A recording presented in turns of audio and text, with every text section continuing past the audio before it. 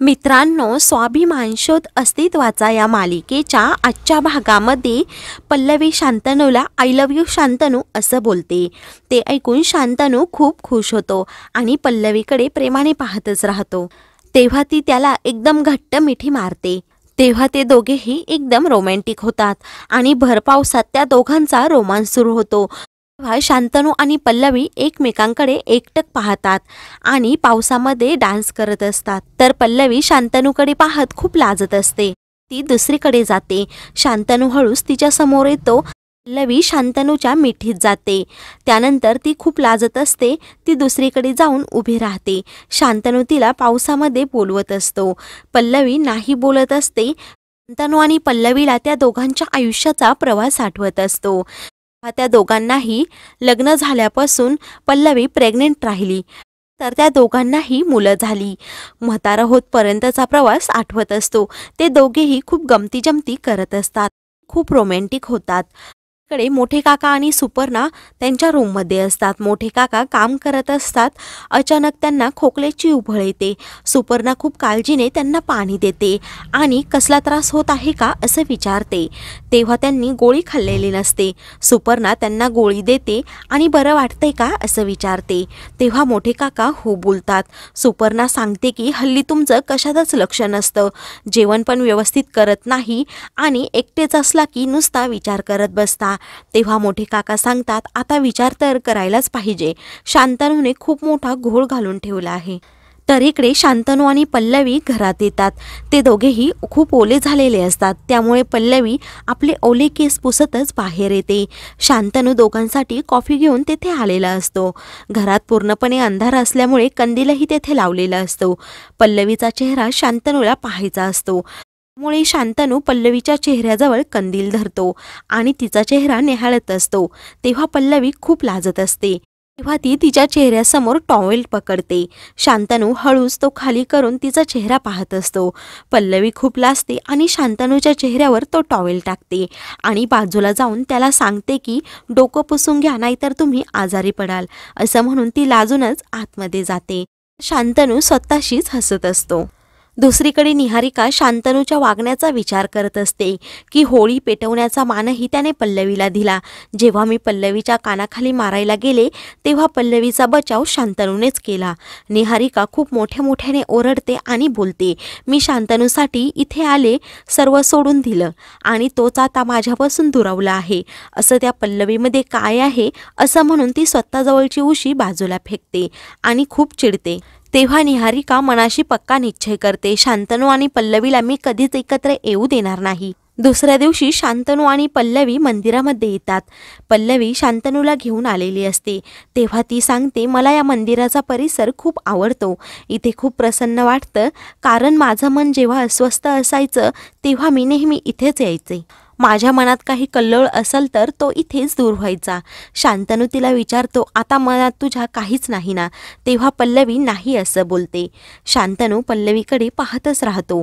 तेव्हा तो तिला बोलतो, आपण एवढे दिवस झाले एकमेकांना ओळखतो, पण खऱ्या अर्थाने आज आपल्या नात्याची सुरुवात होत आहे, त्यामुळे देवीचा आशीर्वाद आपल्या दोघांच्या पाठीशी तर हवाच आहे। तेव्हा ते दोघेही दर्शन घेतात। तर शांतनू मनात विचार करतो आणि देवाकडे प्रार्थना करतो की माझ्या मनात जे आहे तेच घडू देत। तेवढ्यातच एक माणूस तेथे येतो आणि घंटा वाजवतो। पल्लवी शांतनूकडे पाहून हसते आणि त्याला बोलते की घंटानाद झाला म्हणजे आपल्या दोघांच्या मनातील इच्छा पूर्ण होणार, तर शुभ संकेत झाला आहे। तेव्हा शांतनू अजूनच खुश होतो। दुसरीकडे मोठे काका फोनवर बोलत असतात। तेवढ्या सुपर्णा तेथे येते आणि त्यांना गोळी देते।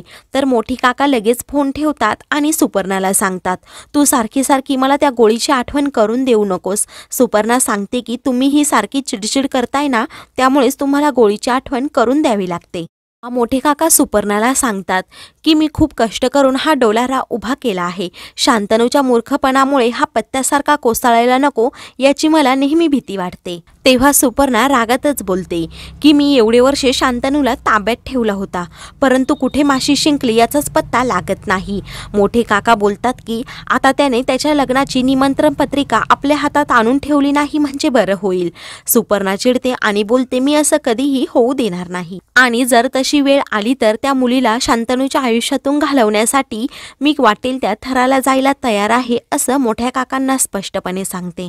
तेव्हा सुपर्णा सांगते मी आत्ताच त्याला फोन करते आणि कुठे आहे असं विचारते.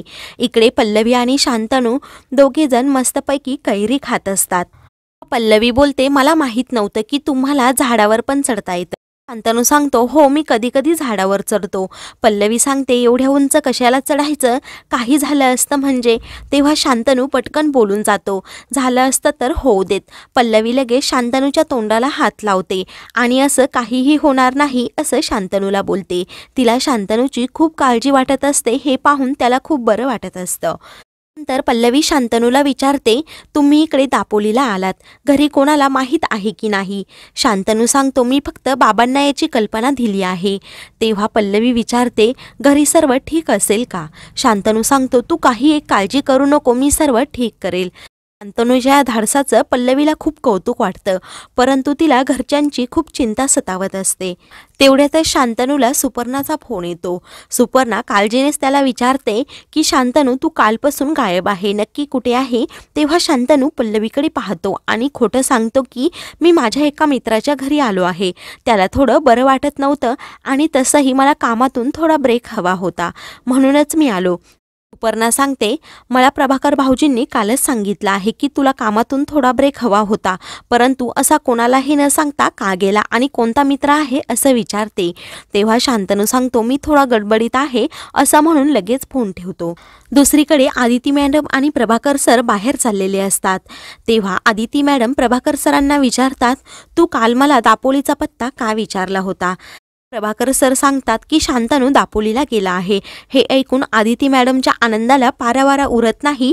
तेव्हा त्या लगेच तिथल्या केअरटेकरला म्हणजे संतोषला कॉल करतात आणि संतोषला खूप काही सूचना देत शांतनूच्या आवडीचा नाश्ता करायला सांगतात. तेव्हा संतोष हो बोलतो. आदिती मॅडमचा उत्साह पाहून प्रभाकर सर त्यांच्याकडे पाहतच राहतात. तेव्हा संतोषकडून आदिती मॅडमला समजते की पल्लवी ताई पण इथेच आहेत. तेव्हा आदिती मॅडमला समजतं की शांतनू आणि पल्लवी दोघेही एकत्र आहेत. त्या खूप खुश होतात आणि फोन ठेवतात. तर इकडे पल्लवी शांतनूवर खूप चिडते. सुपर्णाला शांतनूने काहीच कल्पना दिलेली नसते. शांतनू पल्लवीला समजावतो की मला थोडं तू समजून घे.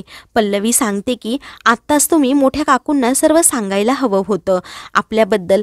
तेव्हा शांतनू सांगतो की मला थोडा वेळ दे, कारण आपल्याला घरच्यांना विश्वासात घेऊन सर्व काही सांगायचं आहे. दिलेलं वचन मी कधीही मोडणार नाही याची गॅरंटी मी देतो. पल्लवी खूप खुश होते आणि शांतनूकडे पाहतच राहते. तर मित्रांनो पुढील भागामध्ये शांतनू पल्लवीला सांगतो प्रेमाच्या नादात पूर्णपणे विसरून गेलो होतो की मी नक्की कोणाच्या घरी आहे, कारण इथे आज माझ्या सर्व आवडीचे पदार्थ आहेत. तेव्हा पल्लवी आश्चर्याने शांतनूकडे पाहत राहते. दुसरीकडे मोठे काका आणि सुपर्णाला संशय येतो की पल्लवी आणि शांतनू एकत्र आहेत. तर मित्रांनो अशाच मालिकेंचे पुढील भाग पाहण्यासाठी चॅनलला सबस्क्राईब करा.